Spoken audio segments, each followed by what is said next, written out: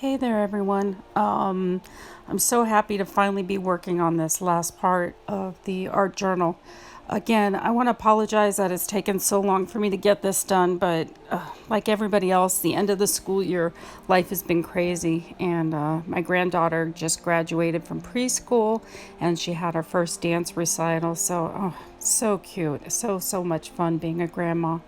But anyhow, let me get back to this. So right here, I'm working on the art journal covers, the front page, the front cover, and the back cover. And each of these was cut out of chipboard. And I primed them with gesso. If you have any questions about where to get any of these supplies, I want just send me a message, or I'll try to provide links to the TCW site, which is where I get my modeling paste and gesso and some of my paints, and of course every single one of my stencils. But I'm really glad that you are here and you're going to go ahead and follow along with me as I finish up this journal. So this part of the cover is going to be done with the typical way I do my backgrounds, with lots of colors and stenciling and layering.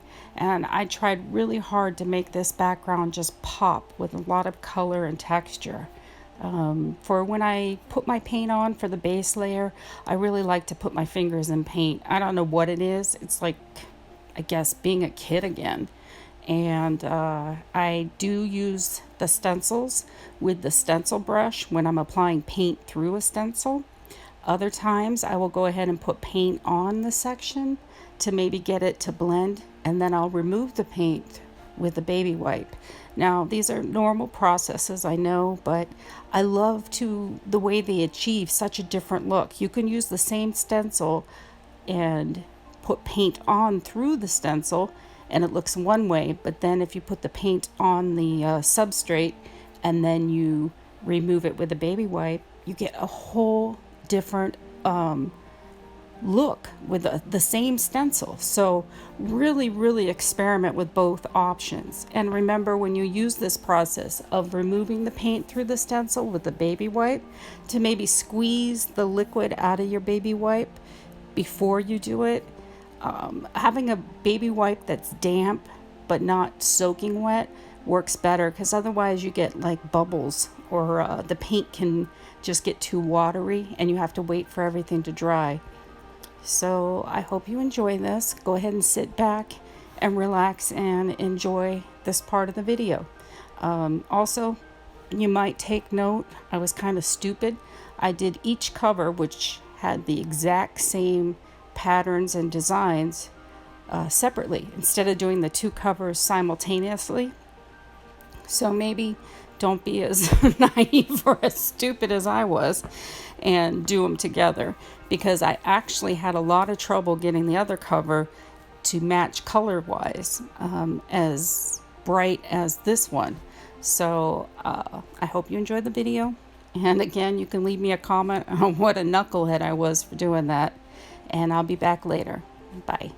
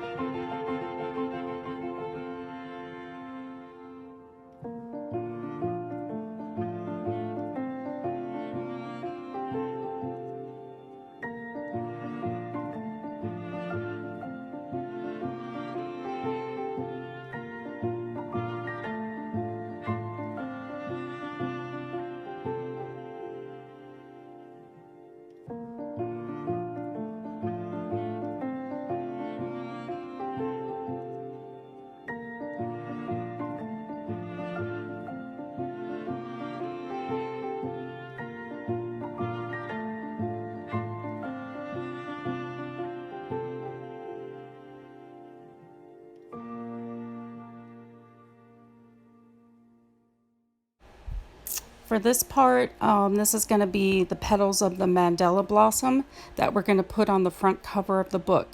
Now, to do this, I used a sheet of the Arteza watercolor paper that I got, and I went ahead and used the Brie Reese liquid watercolors and some of the Ken Oliver liquid metallics. I love combining inks and watercolors together. I spritz the page, and I'm going to go ahead and let the watercolor drip and let it splatter and do its thing. I'm also going to take this once it's done and dry it completely and spray it with workable fixative, because we want to be able to use it and not have anything come off or bleed. It just makes it more durable and easy to work with.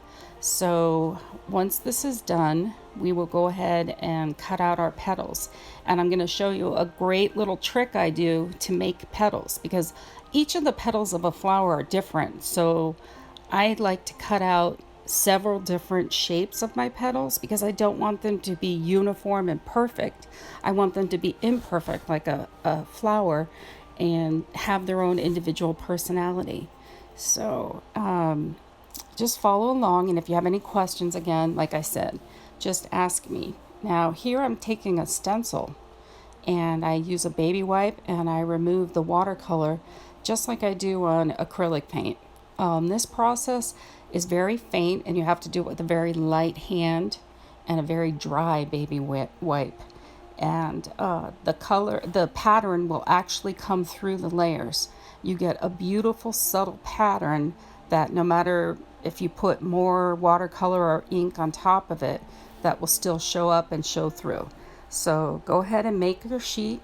Used I think this is the 9x12 or 8.5x11 sheet of watercolor. Oh, you know what? It could be, you know what? I'm going to look at the pad and I'll put it in the bottom again. And if you have any questions, like I said before, DM me and we'll answer any questions I can. So I'll be back in a minute.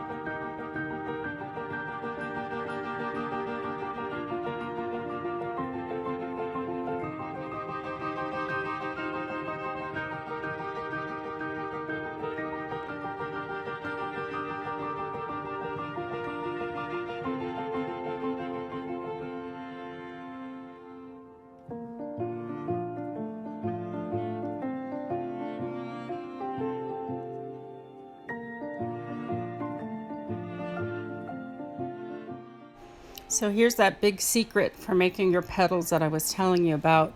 I use hearts. I draw hearts and cut them out of cardstock in different sizes and wonky shapes. Some of them long, some of them short and fat. And I'm not prejudiced. I draw hearts of all sizes and shapes. And I use the cardstock. And then I take each side of the heart and I make a petal with it. It's so easy. You can do it freehand, and you don't have to draw them and cut them that way. It's a silly way of doing it, maybe, but for me, it's easy, and I get some really cool shapes out of it because each of my hearts are different. So you're gonna take this, and you're gonna make. I made 8 petals of different sizes and shapes, all pretty much. So I had maybe the longer ones, 4 longer ones, and then I had 4 shorter ones, I think I ended up with. And from those, I'm going to use them on the back of the watercolor paper to draw out or trace out my petals for the mandala blossom. Now, when I did do this, I outlined them with a black Sharpie. I do that because it makes them easier to see and I'm going to trace them with a black Sharpie anyways. So, and I also number them. I number each one so that I remember how many times I use it. So I actually draw the number on the back of the petal when I use it on the watercolor paper. For me, it's just an easier process for remembering how many times I use each petal because I want to give them all a fair shake. So follow along, and if you have any questions, let me know. Again, this is my own way of doing things, and if you have an easier way, by all means do it. Or if you have another suggestion, please send me a message and let me know. So I'll be back in a minute.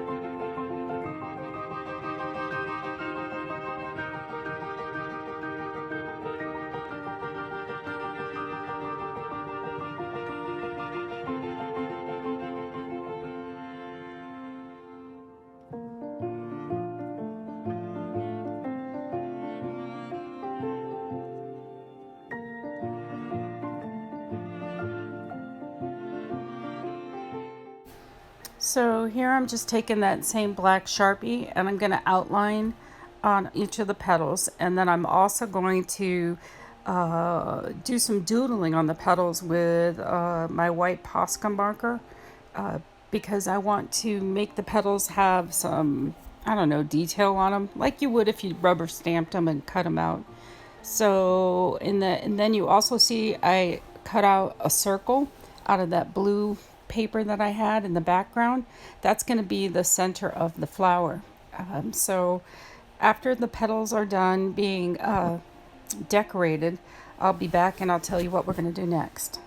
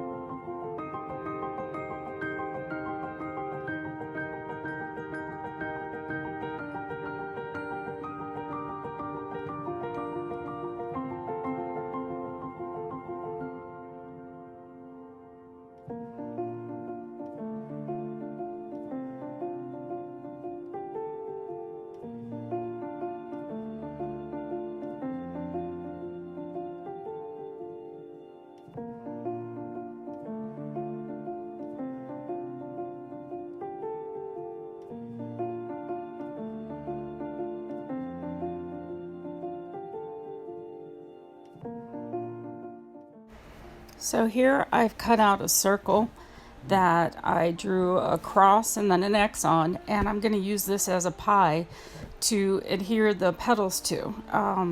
It just makes it easier to make the flower and lay everything out ahead of time.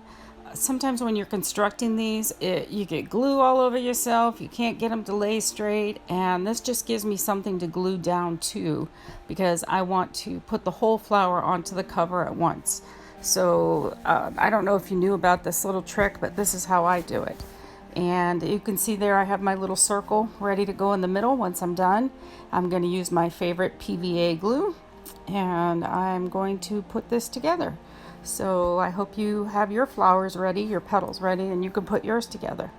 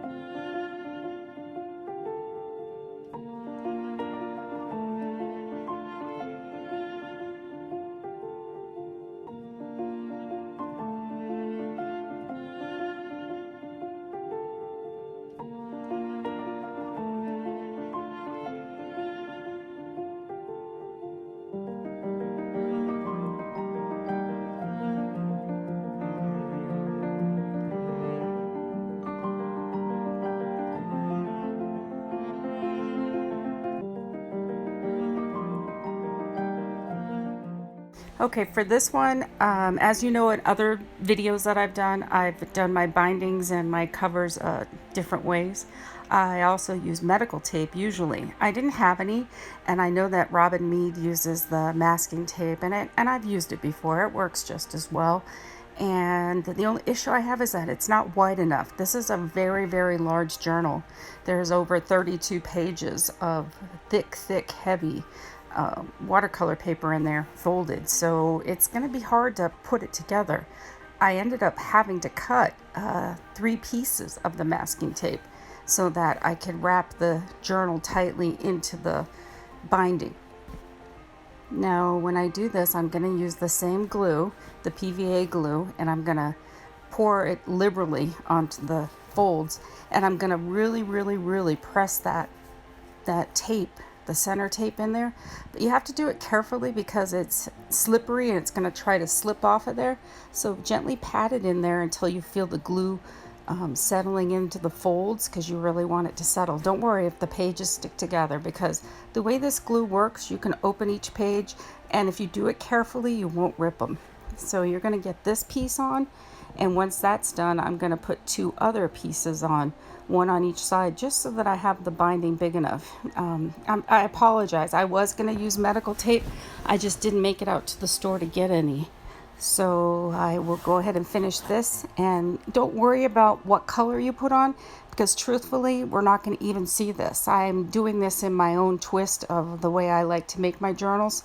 So you could actually keep this as your binding, but I hope you'll stay with me and see how I went ahead and finished this off with my own special design.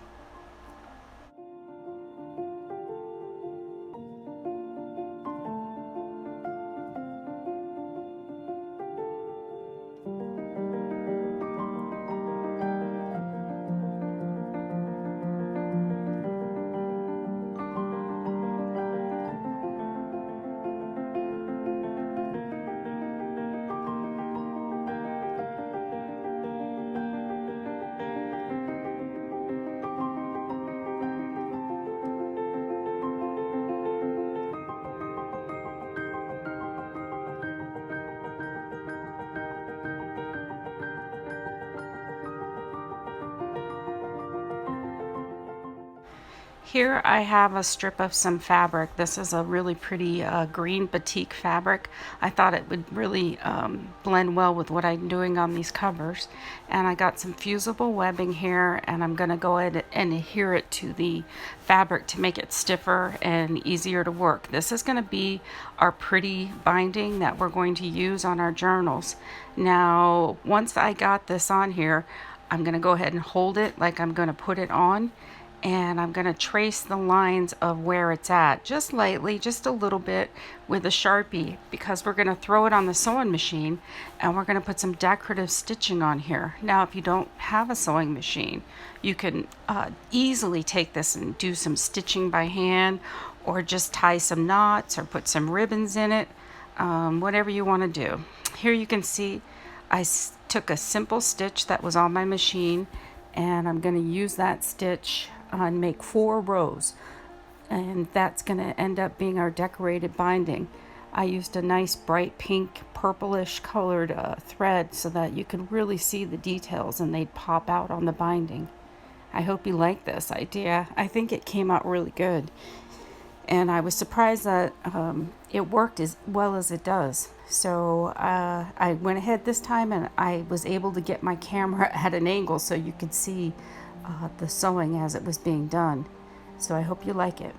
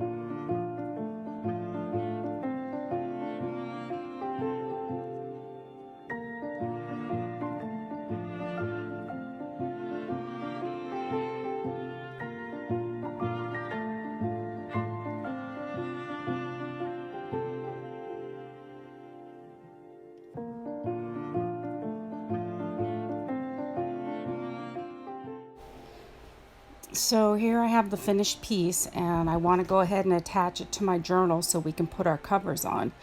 And I'm going to take the same PVA glue, again, put it on the fabric, the fusible side, and I'm going to glue each side onto my journal. The weight of the journal really helps it stick, and don't worry, it will stick to the duct tape, no problem. I tried to make sure I pulled it firmly too, because when you open, a book, and you notice how it always pops out that middle, just like a regular book, and then it gives you want to make sure you get it tight. You don't want it too loose because you're going to get a really flimsy binding. So I'm pulling it tight, as you can see. I'm sliding it. The glue stays wet long enough so I can make sure I get it on there really well. And I'm going to go ahead and stick that under something heavy and let it dry. And once it's dried, we can go ahead and put our two covers on, the back and the front. And then we'll finish off the journal.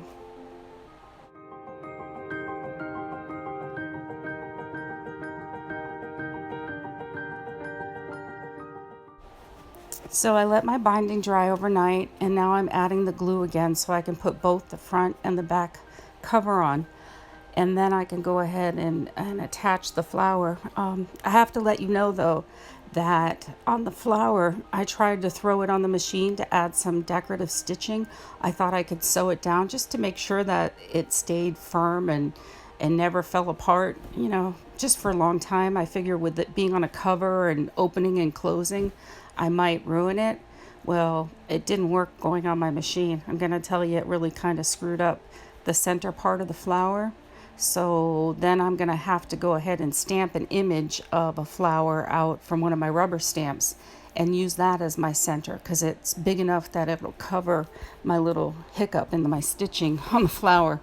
I have to warn you, don't ever take something that's glued down with that much glue and put it on your sewing machine, because your sewing machine is not going to like you. So I definitely had to add a little bit more to my flower than I expected or anticipated.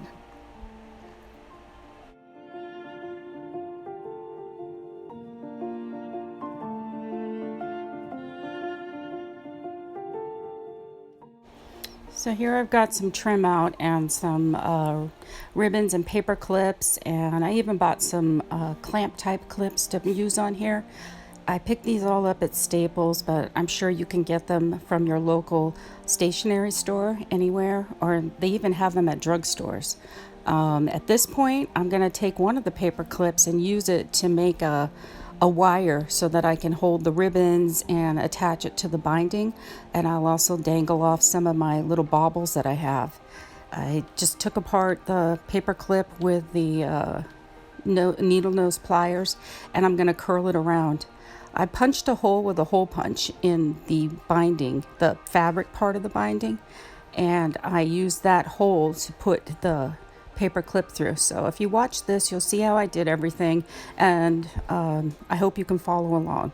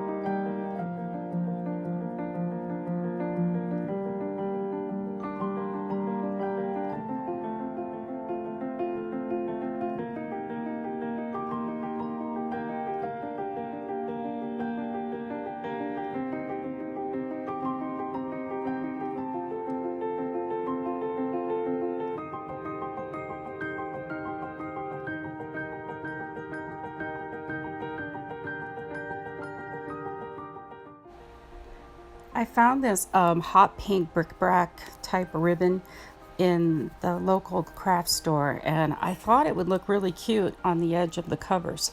So I'm going to go ahead and use my PVA glue to adhere this to the side of the cover here, right on the edge. You can use that glue, or if you want, you can use your hot glue gun or whatever glue you have. I'm just going to attach it to the front cover and also to the back cover.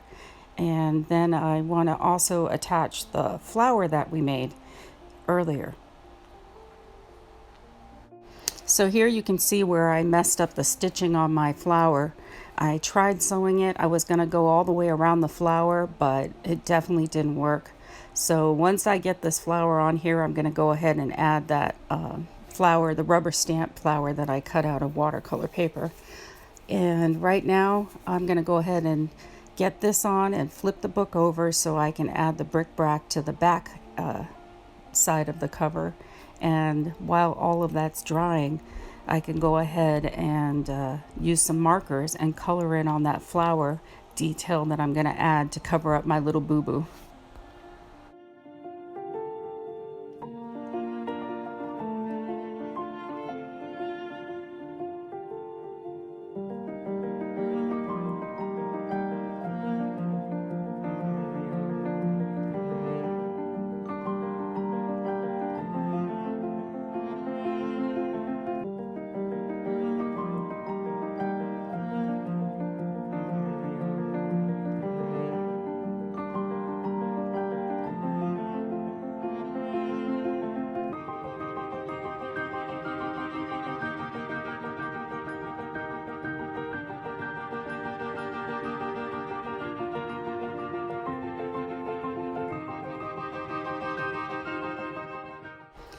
Well, we're almost done here. Here's the little flower, and I'm getting that on there. And you can also see I added some little metallic butterfly, and when I turn the journal, you're going to see that there's also a little dragonfly that I hung from another paper clip. As you can see, that little purple flower that I put in the middle perfectly covers my little sewing error with my attempt on the sewing machine. And so everything's back to looking good and fresh. The only thing that's left to do now is to add some little doodads on the inside, some stuff in the pockets and the pullouts, and then I'll do a flip through so you can see everything put together. If you look closely on the inside binding, I had to trim off a corner of the flower because it was hitting and folding when I opened the journal. But here you see that as I flip through the journal, it is a working journal. So all these little pieces that are in there can be used to glue down or write notes, or there's tags in there to decorate. I'm going to use this journal hopefully throughout the year. I'm not very good at doing art journaling, but I figure during the summer I can take this when I go to my granddaughter's dance classes, or I'm babysitting, or I really want to spend more time doing creation in the creating in my little journal because I can take it with me and leave the house, which sometimes when you're retired, don't leave the house all the time. But I really had a great time making this, and I learned a lot actually when I did this. I've made several journals in the past, but this was by far the biggest I've ever made. And I actually learned from some errors that I made in here, and I came up with a few tricks that I didn't know, and maybe I didn't show you anything you didn't know, but I hope you will go ahead and try creating something like this for yourself. And I hope you really enjoyed this series, because I really enjoyed doing this with you. So take care, and until the next video, make sure you follow me, and thanks again for watching, everybody. Bye.